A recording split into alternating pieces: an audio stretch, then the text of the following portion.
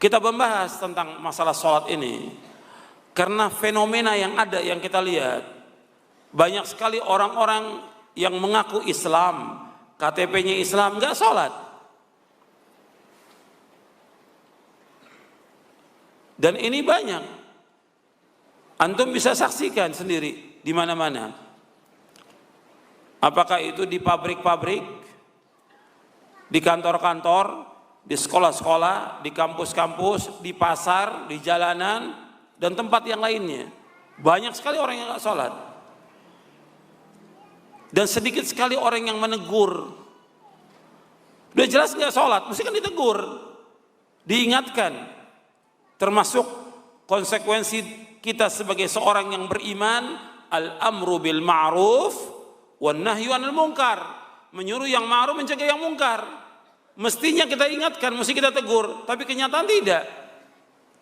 Ya orang yang sholat tetap nggak sholat. Dari mulai dia kerja di pabrik itu sampai dia meninggal tetap nggak sholat. Nggak ada yang tegur, nggak ada yang ingatkan. Begitu juga yang di rumah-rumah masih ada sebagian juga yang nggak sholat. Di sekolah, di kampus, nggak ada yang ingatkan. Ini kewajiban kaum muslimin semuanya, kewajiban kita semuanya, dan kewajiban antum semuanya, yang laki maupun yang perempuan, untuk mengingatkan, nggak boleh dibiarkan. Bagaimana supaya mereka menegakkan sholat yang 5 waktu? Ini wajib, yang merupakan fardu ain. Bagi laki-laki nggak bisa ditinggalkan sampai dia mati. Kalau perempuan ada masa yang dia tidak sholat, ketika dia haid, ketika dia nifas, nggak sholat. Tapi untuk laki-laki wajib dia sholat. Hatta orang yang sedang sakit tetap wajib sholat. Yang perempuan juga demikian. Kalau dia tidak haid dan dia tidak nifas, dalam keadaan bagaimanapun juga dia wajib sholat. Nggak boleh tinggalkan. Hatta dia sakit, hatta dia safar, hatta dia naik kereta, naik bis, naik pesawat, wajib dia sholat.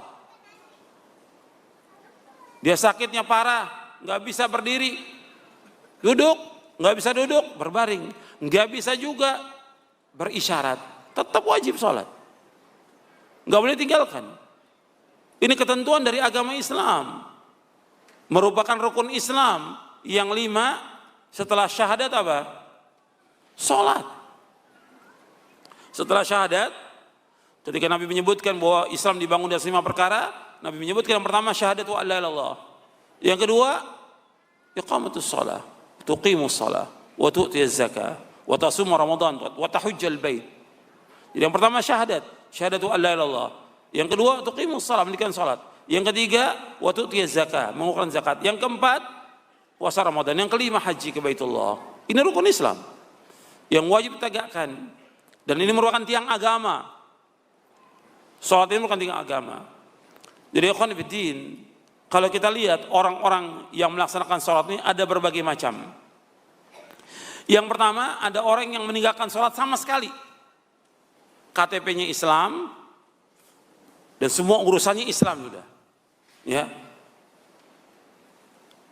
Dikhitan dia dikhitan.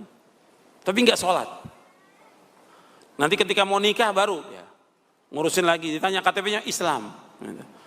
Ketika meninggal juga ditanya lagi, ini mau dikuburkan di mana? Di pemakaman kaum muslimin. Padahal dia nggak pernah sholat. Sama sekali nggak sholat. Ada atau tidak yang seperti ini? Ada atau tidak? Ada. Ada, terjadi yang seperti ini. Ada yang meninggalkan sholat, yang 5 waktu dia tinggalkan. Semua ditinggalkan. Dia mengerjakan sholat selama setahun itu hanya 2 sholat. Idul Fitri, Idul Adha. Supaya dia bisa lebaran. Gitu. Diakui oleh kaum muslimin bahwa saya Islam, boleh lebaran. Ada tidak yang seperti itu? Ada. Jadi sepanjang tahun sholatnya hanya 2 kali. Idul Fitri, Idul Adha. Ada lagi yang meninggalkan sholat yang 5 waktu. Yang dikerjakan seminggu sekali. Sholat apa? Jumat. Yang 5 waktu ditinggalkan, enggak sholat. Tapi Jumat dia sholat. Ngakunya Islam. Ada juga yang mengerjakan sholatnya dalam sehari dia 3 kali. 3 kali. Yang dikerjakan oleh dia yaitu sholatnya yang pertama asar, yang kedua maghrib, yang ketiga isya. Subuh dan zuhur hilang. Atau ada yang mengerjakan zuhur dikerjakan, maghrib dan isya dikerjakan. Yang hilang subuh sama asar. Karena asar sedang sibuk-sibuknya dia kerja mau persiapan pulang. Ada yang mengerjakan seperti itu. Ada juga yang dia mengerjakannya 4 kali dalam sehari. Zuhur, asar, maghrib, isya. Subuhnya nggak pernah. Ada nggak yang seperti ini? Banyak. Tiap subuh mesti lewat. Kadang-kadang dia sholat juga. Kapan? Matahari sudah terbit. Ya nggak sah, nggak diterima.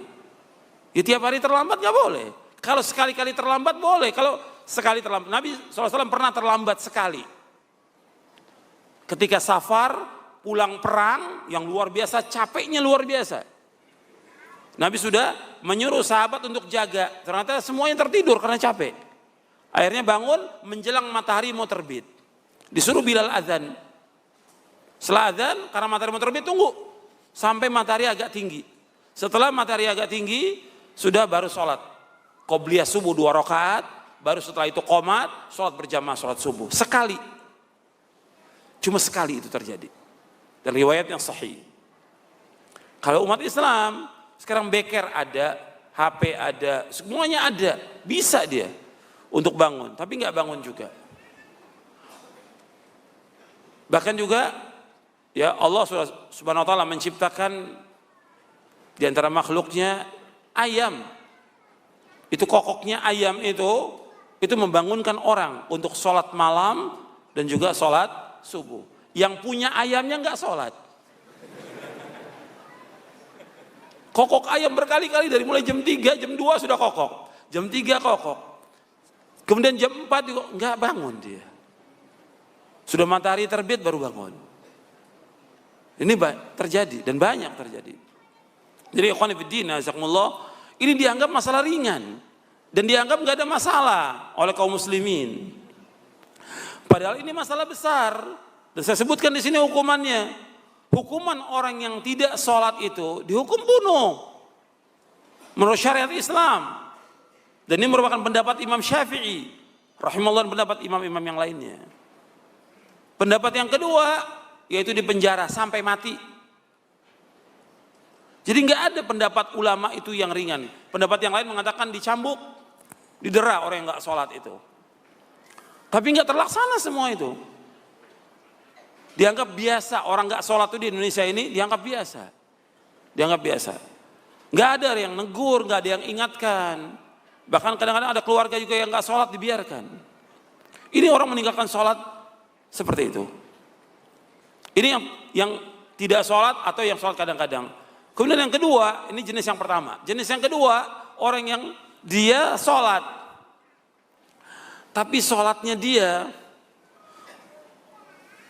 nggak ada tumaknina, nggak ada khusyuk, nggak ada segala macam sudah. Cepatnya luar biasa. Yang penting sholat. Ini juga tidak benar. Ini harus diingatkan tentang kaifiyat sholat. Ini juga kalau dibahas lagi panjang. Ya, golongan yang kedua ini. Macam-macamnya ada beberapa macam juga ini. Kemudian yang ketiga, ada juga dia sholat yang 5 waktu. Dia berjamaah dan segala macam. Cuma dia nggak paham. Bagaimana dia sholat hanya sekedar sholat aja. Dia ikut imam, sholatnya juga ada yang lama, sholatnya panjang. Tapi dia hanya ikut imam aja. Tapi dia sendiri nggak merasakan nikmatnya sholat. Maka yang terbaik golongan yang keempat, yang dia khusyuk, dia tumaknina, dan dia mendapatkan kenikmatan dalam sholat. Dan ini yang terbaik. Kita sholat paling nikmat sholat sudah. Kan orang kalau kerja ada waktunya, dia mendapatkan kenikmatan kerja. Dagang ada mendapatkan kenikmatan. Nabi SAW justru mendapatkan kenikmatan bukan dunia, tapi mendapatkan kenikmatan ketika sholat. Kata Nabi SAW dalam hadis yang sahih, wa ju'ilat qurratu aini fis shalah. dan dijadikan ketenangan, ketentraman hatiku dalam sholat.